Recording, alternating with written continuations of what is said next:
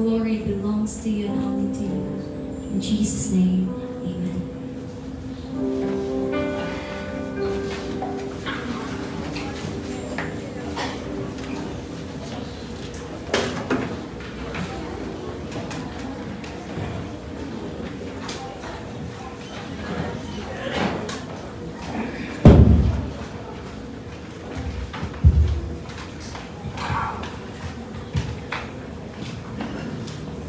Good morning, Chris Life.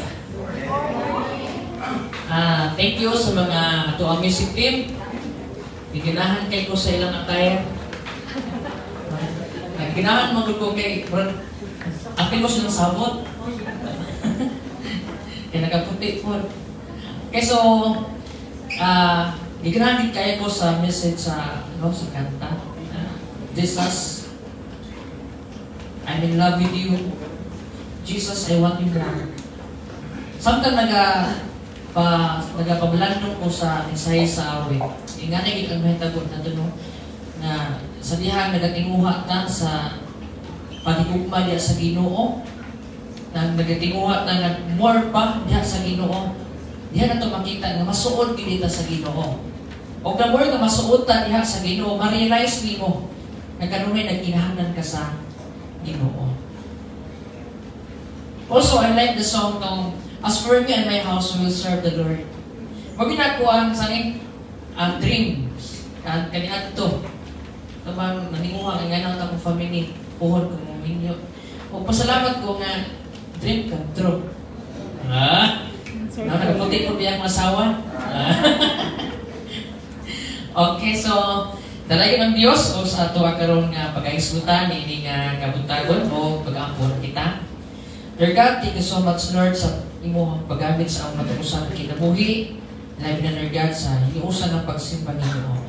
Pasalamaton kami tungod kay imong itugutan ang maninod na panahon, aron dili kini mahimong babag sa ang pagsimba Ginoo. O Ginoo, ikaw magapanalangin sa imong alagad nga pagagamiton o gilabi na sa imong mga alagad usab nga magapaminaw sa imong mga pulong karon. Ikaw mag-aandam sila kasi na panahon ng Ginoo na mahimong meaningful ang imong message karon niya. O kaninaman sa itugyan sa pangalan ni Jesus. Amen. Okay, so I'll be reading to you sa ato ang pag-ahisgutan ini nga kabuntagon. O ang tema nga ato ang usahan kanang natawag Jesus, our ultimate example of service. So, muna ang ato ang pag-ahisgutan karon. O nang digil sa iyo nga kanta gilitang I in love with you, Jesus. I want you more, Jesus. No? Yan naman, because Jesus is the ultimate example of service. Okay? So Philippians chapter 2 verse 8 to verse 5 ang dinito akong pagbabasahan. Let this mind be in you, which was also in Christ Jesus. 6. Who being in the form of God, thought it not robbery to be equal with God. 7. But made himself of no reputations, and took upon him the form of a servant, and was made in the likeness of men. And being found in fashion as a man, he humbled himself and became obedient unto death, even the death of the cross. Naiduha ka mga importante nga atong gilantaw sa maong nga bersikulo. It speaks about the doctrinal, it speaks about the practical. The doctrinal speaks of Jesus himself, that Jesus is the form of God and the form of a servant. So buot masabot, Jesus is a true man and a true God in these verses. Number 2, it speaks about the practical. In verse 1 until 4, it is the practical.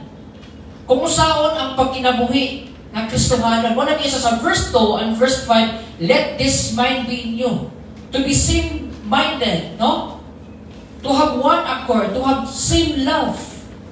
So in verse 5, mga tulang tawag is the, muna siya ang summary. Ang mahimong ma-realize ang verse 1 until 4, let this mind be in you, which was also in Jesus Christ. So, we have references. Si Pablo mingon siya, mahimo unta nga mahimo sab ninyo.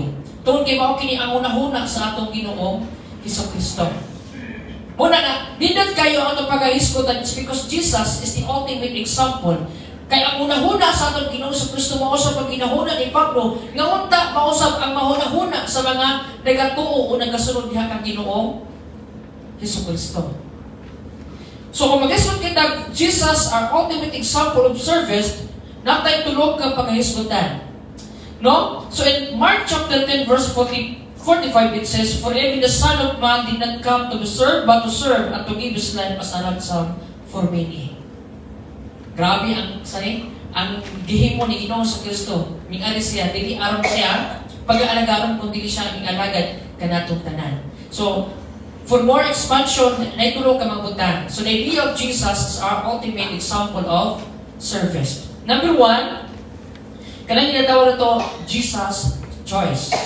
It is Jesus' choice. Iyang inipili. Muna kung ano lang tao sa mga versikulo, in verse 6, verse 5 to 6 to 7 to 8, but we will focus only sa pipila ka verse.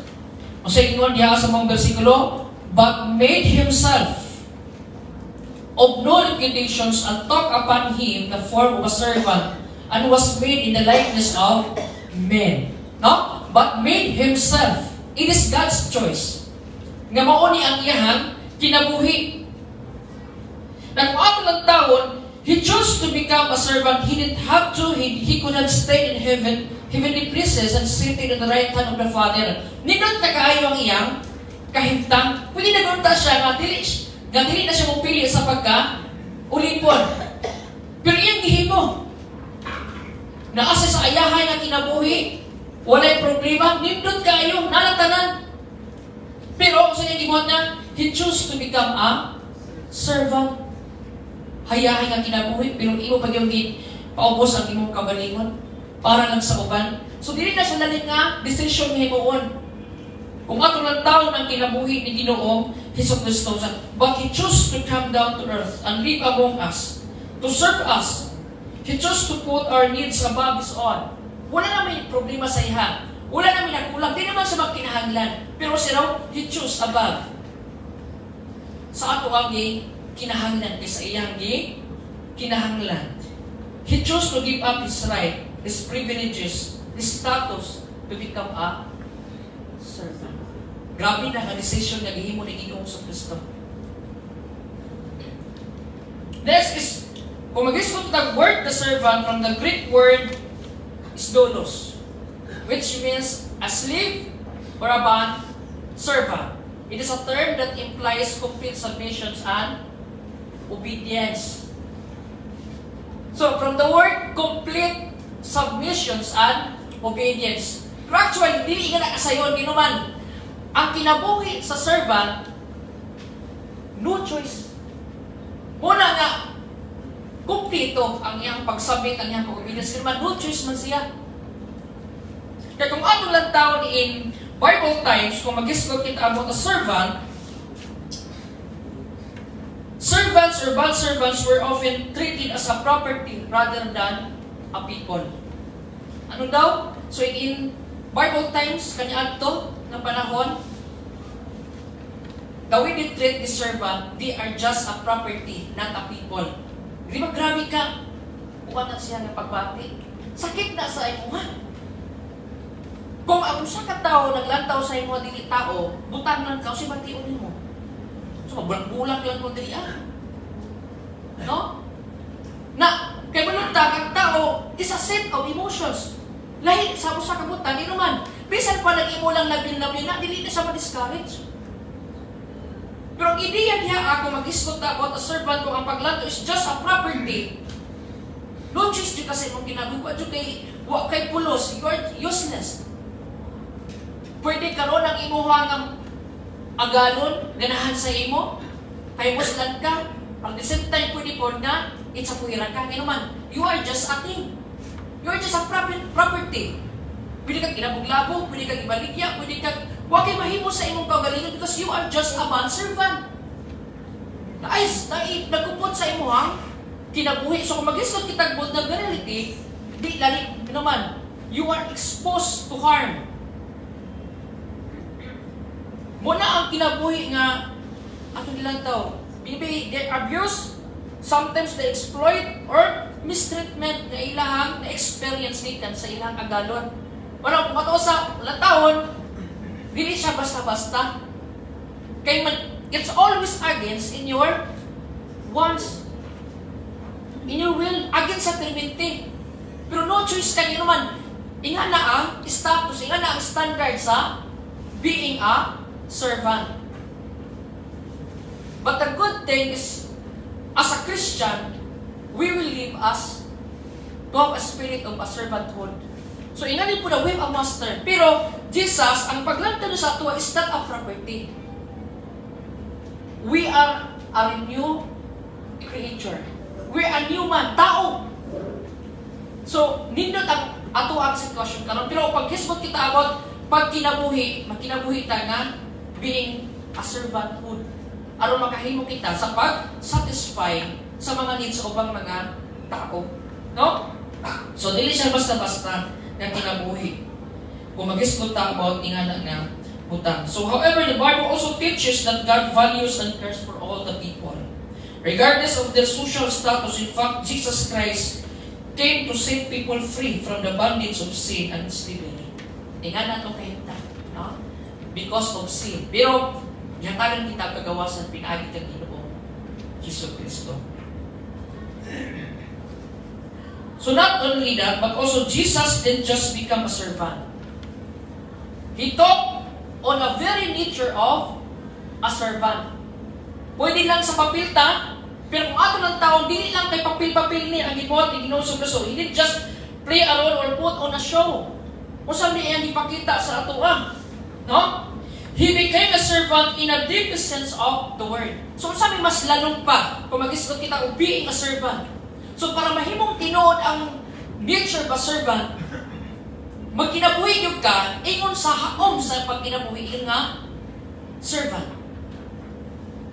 Dito ka magpa-feeling sa man, amo, servant man ta. So, inana po ng ato ang himuon sa atong kinabuhi. So, if we talk about Jesus, is iyang hitagan, meaning ang deep sense of the word, He washed the feet of His disciples. At thus, reserved for the lowest of a servant. Di mo nagalimno ka ng paglimpyo ni Ginoong Kristo sa tiil sa disipulo. Kaya siya natrabaho, muna yung pinaka-lowest nga rank sa mga servant kung ano ng tao nga muhimo anong paglimpyo. Pero gihimo ni Ginoong Kristo, bisan siya, Diyos. Pero yung gihimo, as a model. You know man, because we talk about Jesus is the ultimate example of service. Nga bisan na kay ikahimo, na kay abilidad, bisan sa pang-intellectual na bahin, bright ka, pero dili niya nagmatter. Unsa kanindot ang imuhang Kristohan nga kinabuhi. Bisan na ka ng standard, pero imong ipaubos ang standard just to serve other people. Sama ni Ginoong Hesus Kristo. Nasa follower, pero siya ang main himo sa ihang follower. Okay? So, behold the sick, feed the hungry, and comfort the broken-hearted. Especially ang paglantaw ni Ginoong Kristo. Muna arigid siya aron sa pag-alaga dili aron dili ingon nga siya pag-alagaron. You cannot allow Christ to lead through you and not be a servant. You cannot believe Jesus, then dili ka magkinabuhi nga servant. Dili siya pwede nga sa mahimo nga questionably ang imong kinabuhi. To have faith in Christ is to live a servant character.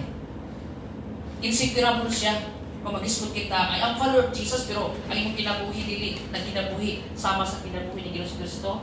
Mahimo nga questionably ang atong pagtuon diha ni Ginoong Hesus Kristo.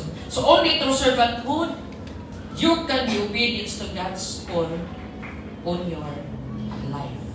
So as a summary of number 1, this is the choice. This is the heart of a servant to put others before himself or oneself. To choose to serve rather than to be served.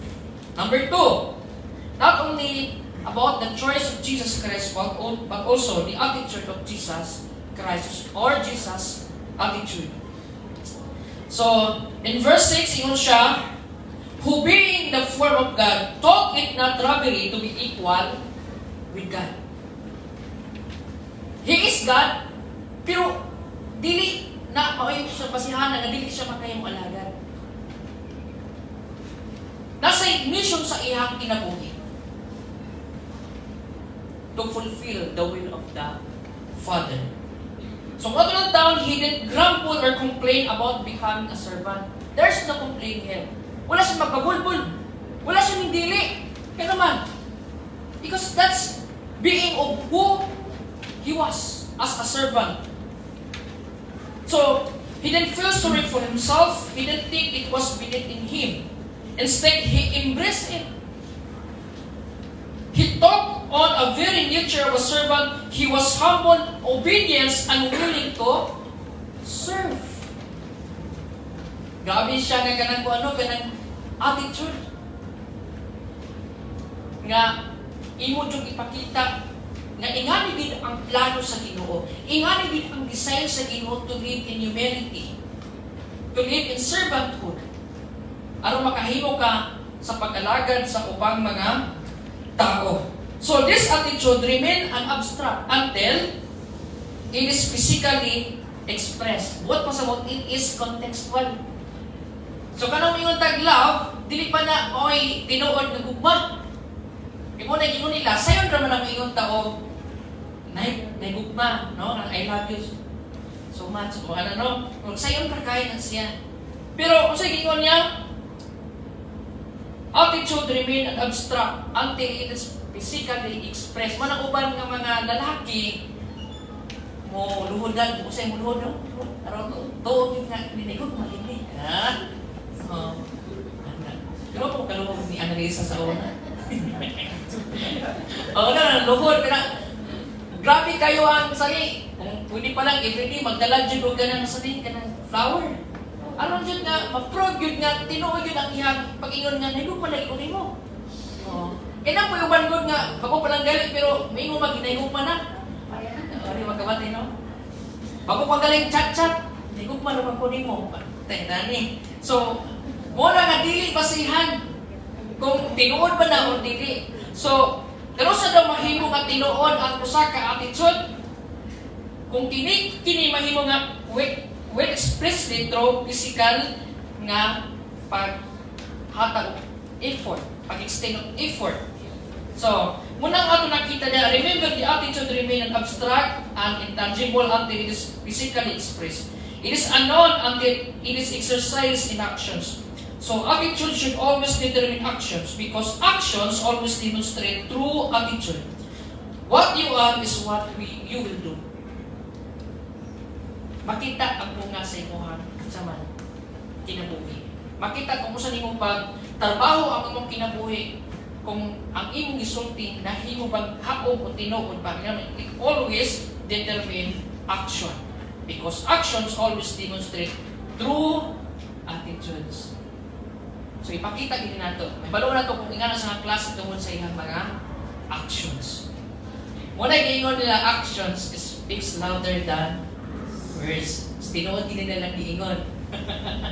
No? So, muna itong kinabuhi. Muna gihimo sa atong Ginoong Kristo. Not only that, but also Jesus didn't use his divine status for his own advantage.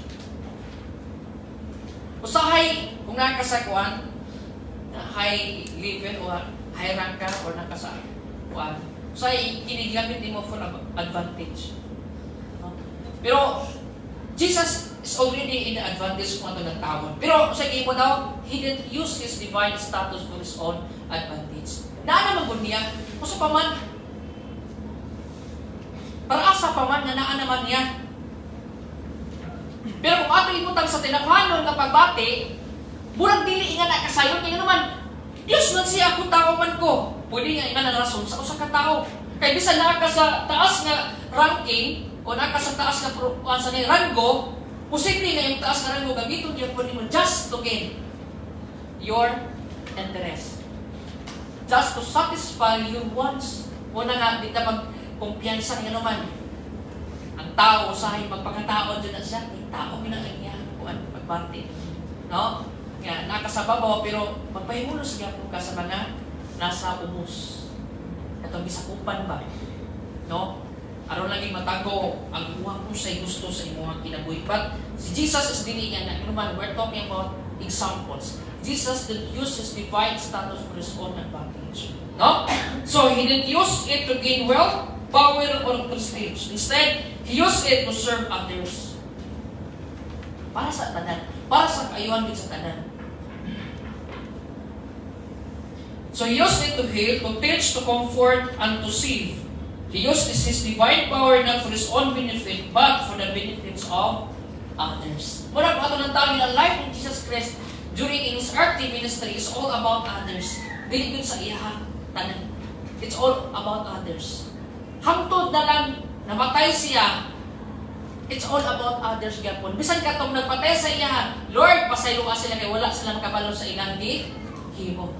Speaks about all about others. Dili gid para sa iya, kundi para sa benepisyo nga madawat sa ubang mga tao. So this attitude of a servant, to be humble, to be obedient, and to be willing to serve. That's the attitude. No? To be humble, to be obedient, to be willing to serve. Naaba ni, makita ba ni sa ato ang kinabuhi? Yes, no? Salamat kayo sa ato ang kinabuhi ng Kristohanon nga nahiuyon pag-ikon ni Pablo, let this mind be in you which was also in Christ Jesus. Number 3, not only about the choice, the attitude, but also, and last, Jesus' action. So, unsa may gibuhat ni Ginoong Kristo, unsa man ang dating sa ilang pagpakita. Balik ka sa atong bersikulo in verse 8. Sa ginoon niya, and being found in fashion as a man, he humbled himself and became obedient unto death, even the death of the cross. So look at the language of the message. Ipakita niya kung saan tinuod nga gugma. Kung saan tinuod nga attitude. Ipakita niya pinagi sa buhat. And being found in fashion as a man, he humbled himself and became obedient unto death. It's really hard to obey unto death, even the death of the cross without humility first. Without talking as a man. Pero yan gihimo para sa tanan. So that is the greatest actions kung ato ng tawad. Even the death of the cross, yan gihimo walay duha-duha para sa kayuhan sa tanan, o hilabi na para sa kaluwasan sa tanang mga tao. So he didn't just talk about being a servant, but he showed it. Yan yung giklaro, gipakita yun niya. So bisan pa man sa earthly ministry, he washed his disciples' feet, he healed the sick, he fed the hungry, he taught with compassion, and he loved it unconditionally.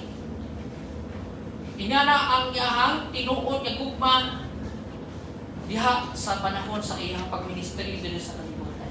So what yours? Kung sa may atong mahimupod para sa uban as an expression sa ato ang tinuod nga pagkakita. Nakita binago diha sa ato ang Ginoong Hesukristo. So he showed it through sacrifice. Medyo nagkalalong ang iyang gihimugin para sa ato ang. Muna kung ato lang taon ang iyang pagministry sa kalibutan, di siguro tayo matingala nga 3 years lang ang iyang pagministry. No? Eh naman mo kung 10 years, 20 years, it's too long. Para ang tao mahatagan o kaluwasan. Muna nga sa ato agad kanunay, gatagan every opportunity, kung pwede tayo makashare sa pulong sa Ginoo, why not karon? No? Atong imuon. So, kung ato lang tao, crucifixion was the lowest anyone could stop socially. So, during the time of Jesus Christ, during the Roman Empire, kung ato lang tao, no, ang kaning kamatayon, crucifixion, mo na ang penalty, mo na ang bayad nga dili basta-basta mahulipan. Wala na yung pardon nga mahitabuan ng panahon na. Kung ato lang tao, lisod na kayo.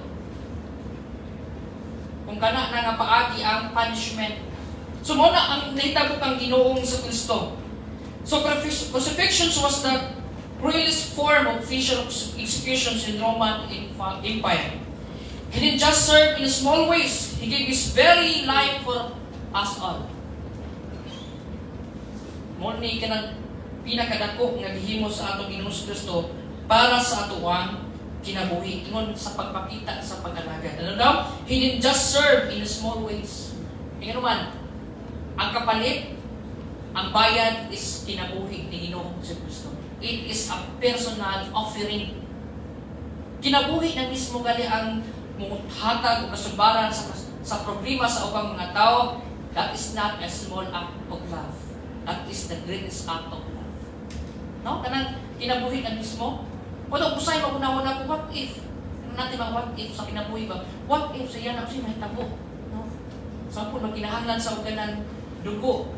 Ingana. So, unahon na yun, bahala ako mag-usan na magkuhan. Di ako siguro tumanay, mamatay siguro pilagat, kuhan siguro pahabag dugo. No? Dua ka kuhan ba, mabuhi pa ba ta? Buhi pa no? O, mura unahon yun. Example nga niya mahitabo na uli, maka-donate niya kay yung dugo kay para sa kuhat ay ibi. Una-una ko nga kanang, importante lang na makaginawa pa ko, basta mabuhi lang ko na. Mga ginagawa. Ako na sa nauna. Pero because I love my daughter, ingana, because sa time na paggawas niya sa tiyan sa akong asawa, na-realize na ko that's a greatest impact that nahimo ko na amahan. Kaya di ko may mong amahan to, hindi na ko makita si Yana. Kung nga na ba kung mag-isgot about love sa atuan, mahal sa atuan, kinabuhi. No, bibig po lang hindi ka naman, nag-experience na magkukok ng dunit. Pusara ka ba, pero nalipong naman ko. Lipong na, talagang kabuhi na ba? Pero namuklaw, dito ka? Awatan mo, nag-experience sa mga ng dunit ko na yan. Mura mo nalipong nga marag namuklaw mo, nga marag luod ang inyong ginawaan. O, masama na akong namati. So, wala akong matong dunit din, mo nilibatiwan ako. Pero kung anak naging po, kinahanglan, bahala na no. Basta important mga ginawalan. Matag pa nila, ang sol pa na, balot na daw, ang pagtangkot. O kung nagkabalot na ito panahon na. No? So that's it. He showed it through sacrifice. And lastly, he showed it through legacy. Grabe, no? We all know that Jesus died. We all know that Jesus, ascended. And then disappear. Wala na ito makita. Hangtod ka, wala na ito makita. But to maghisgot about legacy, He really transformed our lives. Kaya bisan wala na sa ito makita, wala na ito nakaupan, bisan hangtod, pulong na lang ang ato karong pag-ila sa iyahan tungkol sa iyang legacy. Pero nakanindot is the legacy that Jesus given us is this new life through His death. The legacy is not only kaning binagko nga kinabuhi, but also time will come. Someday, we will live with Jesus in heaven. That is His legacy. Nga wala na makahatag kundi si Ginoo, Jesucristo lang. So He didn't just serve and then disappear. He left a lasting impact. He changed lives. He transformed the hearts of everyone. He set an example for us to follow. He showed us what it means to be a servant. So if we live as a servant, magunahon na kung sa may impact sa akong kinabuhi, kung sa may pwede na akong legacy para sa uban. What if tomorrow I will die? Kung sa may akong pwede nga ikaibilin sa ilahang tanan. Dapat magunahon na tayo naagit tayo makuan. Lagi tayo legacy, na bisan mawala man tayo kalibutan, bisan mubiya man ta sa iligan, kaya na opportunity, huwag ta sa uban nga mga lugar. Magunahon na tayo, siya legacy ka nga ako nabili nila. Kung sa kayo mga buta na ilang manunaan, na bisan wala ko, pero ang impact niya sa akong presensya samtang naapak ko, dako na siya kaybuan sa mga tao na nabili. Muna gihimo ni Ginoong si Kristo po sa ato ang matagpo sa kakinabuhi. So kung mag-isgot kita about the act of a servant, Jesus served, and also, He gave even to the point of death and leave a lasting impact.